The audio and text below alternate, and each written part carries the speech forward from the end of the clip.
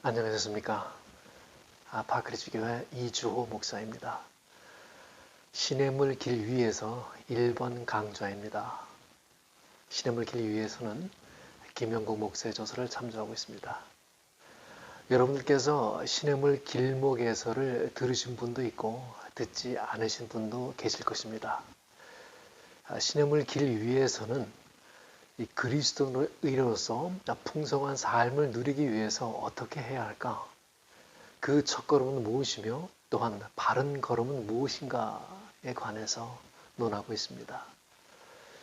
그러니까 내가 예수를 믿어서 그리스도인이 되었는데 그렇다면 그리스도인으로서의 첫 걸음을 어떻게 뗄 것인가?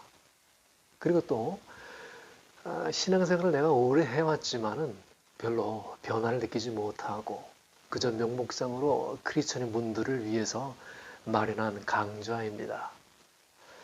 그런 분들이 어떻게 하면 그리스도인의 풍성한 삶을 누릴 수 있는지 그리고 의미 있는 삶을 살 수 있는지를 주제로 한 것이지요. 이 시냇물 길 위에서는 10번의 강좌로 이루어져 있고 이 1번은 그리스도인으로서의 첫 걸음을 다룹니다. 세상의 모든 일은 시작이 있죠. 시작을 얼마나 잘 하느냐가 중요합니다. 누군가에 의해서 억지로 시작하는 분과 또 어떤 이유와 기대감을 가지고 시작하는 분과는 엄연히 다를 수밖에 없습니다. 여러분 모두는 아마 어떠한 모양으로든지 그리스도인이 되었을 것입니다. 태어날 때부터 그리스도인이 되으신 분도 있을 터이고 인생의 위기나 어떤 특별한 경험을 통해서 하나님을 알기 시작한 분도 계실 것입니다. 그리고 삶의 의미를 찾기 위해서 크리스천이 되신 분도 있을 것입니다. 어느 경우이든지 그리스도인으로 살아가게 되는 것은 참 흥미진진한 모험이 가득한 일이지요. 지난 수천 년 동안 하나님을 따르는 사람들은 정말 놀라운 삶을 누리고 경험을 했습니다. 그런데 이런 영적 여정 전체에 참으로 많은 영향을 주는 요소가 있습니다. 그것은 바로 많은 사람들이 첫 번째 이 세상적 요소가 적당히 섞인 방식이라는 거예요. 그리고 두 번째는 이 전통적으로 그대로 답습된 방식을 따라 이 영적인 여정을 시작하고 지속하기 때문에 상당한 혼란을 경험한다고 하는 것이지요. 그리고 그로 인해서 많은 시행착오를 거쳐서 이 시작을 다시 배우기 위해서 출발했던 지점으로 되돌아오기도 합니다. 사실 저도 비슷한 경험을 했습니다. 예수님을 따르기로 내가 결심을 하고 시작했을 때였어요. 그래서 그때 이 주변에 있는 선배들에게 정말 예수님을 잘 믿고 싶은데 어떻게 했으면 좋겠습니까? 라고 물어보니까 그분들이 말씀하시기를 매일 성경을 읽고 또 기도를 드리고 또 예배에 또 빠지지 말고 또 그리고 전도도 열심히 해야 한다라고 하는 것이었어요. 그래서 저는 그분들이 또 말씀하기를 또 말씀은 영적인 양식이며 기도와 예배는 기독교의 호흡이며 전도는 운동이기 때문에 그리스도이라면 꼭 해야 한다라고 배웠습니다. 저는 이 의무를 이행하려고 아주 열심히 나름대로 노력을 했어요.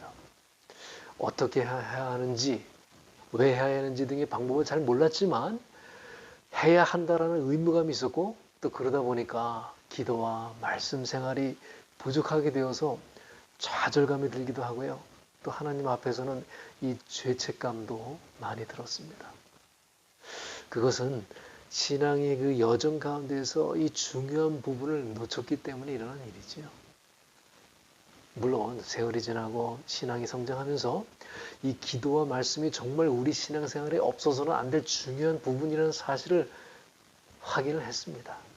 그런데 이토록 소중한 부분이 많은 경우 상당한 부담감으로 다가오면서 더 나아가 이 죄책감을 준다는 사실도 발견하게 되었지요.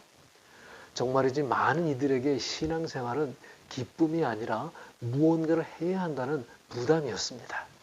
또한 예수님을 주인으로 받아들이는 결단을 하지만 모든 사람들이 다 영적으로 성장하지 않는다는 사실도 알게 되었습니다. 그렇다면 왜 그럴까요? 영적으로 태어나긴 했지만 잘 자라지 않아서 겨우 그리스도인이라는 명맥만을 유지하거나 또는 신앙생활을 어떤 부담감으로 받아들여 잘 하지 못하고 있다는 이 죄책감을 가진 사람들이 많이 있는데 과연 그 이유는 무엇일까요? 여기에 매우 중요한 원인이 바로 영적 여행의 그 첫 번째 단추를 잘못 낀 데 있다고 할 수가 있습니다. 많은 사람들이 그리스도인이 된다는 것이 얼마나 큰 축복인지를 잘 모르는 채로 또 이 놀라운 하나님의 선물을 어떻게 누릴 수 있는지 잘 배우지 못한 채로 영적인 여행을 시작하는 것 같아요. 이는 마치 아주 그 신나는 그 탐험 여행을 떠나면서 내게 주어진 그 월등한 탐험 장비와 식량 그리고 그 무엇보다도 이 지도자와 안내자가 있다는 사실을 내가 모르는 채 여행을 시작하는 것과 같습니다. 아주 흥미진진한 여행이어야 하는데 이 탐험이 얼마나 재미있고 의미가 있는지 충분히 배우지 못한 채 시작했기에 매일 아침에 일어나서 그 탐험길을 걷는 것이 정말 부담스럽고 어려울 수밖에 없지요. 그리스도인이 된다는 것은 그렇지 않아도 이 힘든 세상살이의 수많은 어떤 새로운 의무조항을 받아들여서 이 종교생활의 의무까지 덧붙이는 것이 아닙니다. 그리스도인으로 산다는 것은 지금까지 자신이 주인이 되어서 살았던 삶이 얼마나 피폐하고 또 얼마나 소망이 없는지를 깨닫고 이제 예수님이 주인이 되시는 그런 삶을 살아가는 것이지요. 예수님을 따라서 살아갈 자격이 없는 자를 부르신 그 하나님을 내가 알아가고 그 하나님께로부터 우리가 어떻게 하나님의 자녀로서 살아갈 수 있는지를 배워가는 것입니다.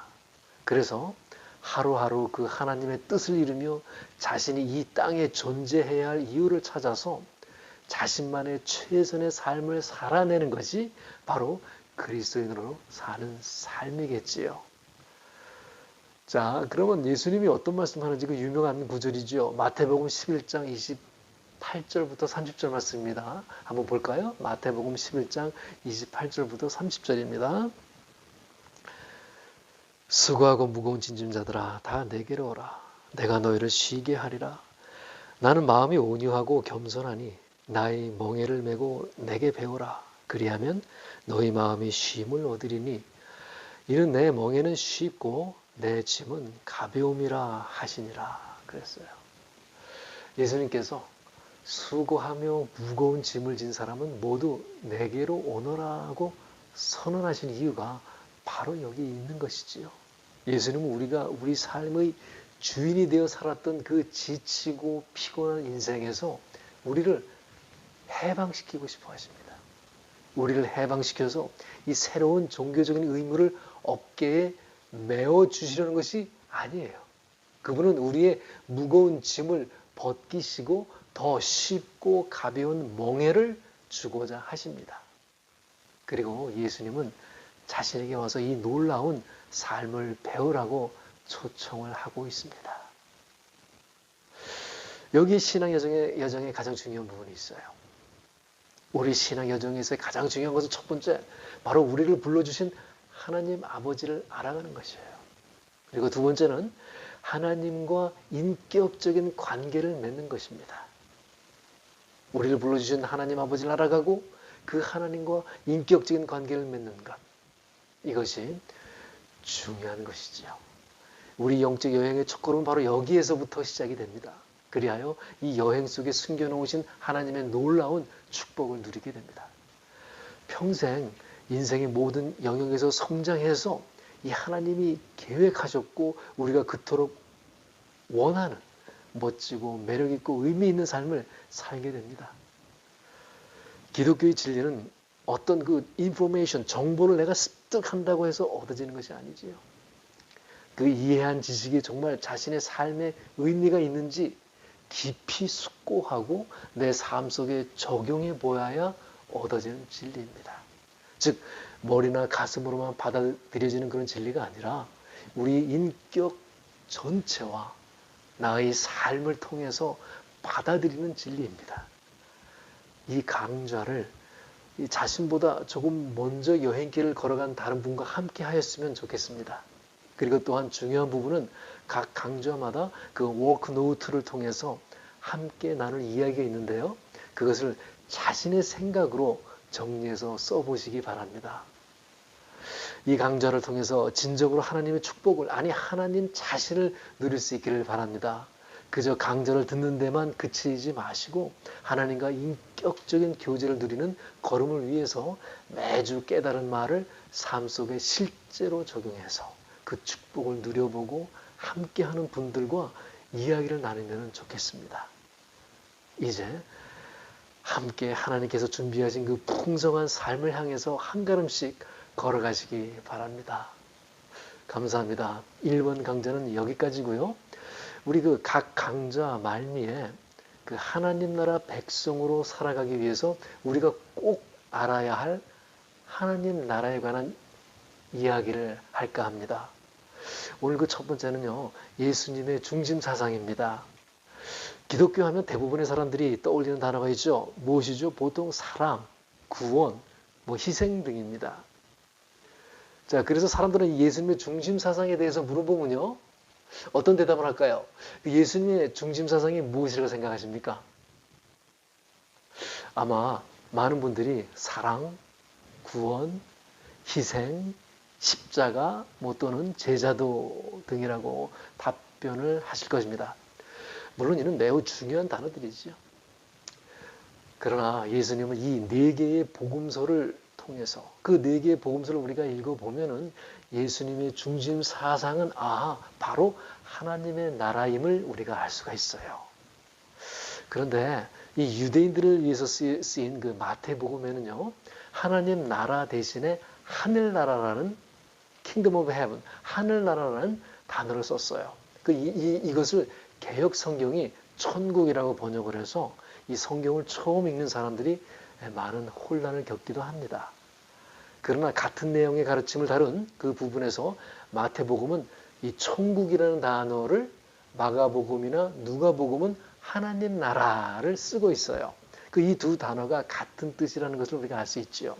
그래서 많은 성도님들이 마태복음에 나오는 하늘나라가 아니라 천국으로 번역하는 바람에 많은 분들이 이 천국을 이 죽고 나서 가는 곳으로 생각하는 그냥 천당과 동일시한다는 것입니다. 마태복음의 천국은 천당과 같은 의미가 아니에요. 하나님 나라 또는 천국은 죽어서 가는 곳 그 이상의 의미를 지니고 있습니다. 예수님이 가르친 이 하나님 나라는 이 세상의 나라와는 반대되는 개념입니다. 이 세상의 나라는 하나님이 주되심을 인정하지 않지요. 그냥 각자 또는 이 세속적 가치가 주인이 된 나라가 바로 세상의 나라입니다. 반면에 성경은 하나님이 우리 인간을 포함해서 이 세상 만물의 주인이라고 말을 합니다. 그래서 예수님은 우리 자신이 주인이 되어 살던 세상으로부터 어떻게 하나님 나라에 들어가 하나님을 주인으로 모신 삶을 살 수 있는지를 가르치신 거예요. 이렇게 가르칠 뿐만 아니라 우리가 하나님 나라에 들어갈 수 있는 길을 여시기 위해서 돌아가셨고, 또한 부활하심을 통해서 하나님 나라가 이 땅에서 시작되었음을 보여주셨습니다. 또한 예수님은 하나님을 무시하고 이웃을 괴롭히며 이 피조 세계를 훼손하고 있는 세상을 어떻게 심판하시고 하나님의 다스림을 회복하여서 만물을 온전하게 하실지를 말씀을 하셨습니다. 예수님 자신이 다시 오므로 인해서 하나님 나라를 완성하실 것을 약속하시며 그 날을 깨어서 기다리라고 우리에게 가르쳐 주셨습니다. 자, 오늘 강좌는 여기까지 마치겠습니다. 감사합니다.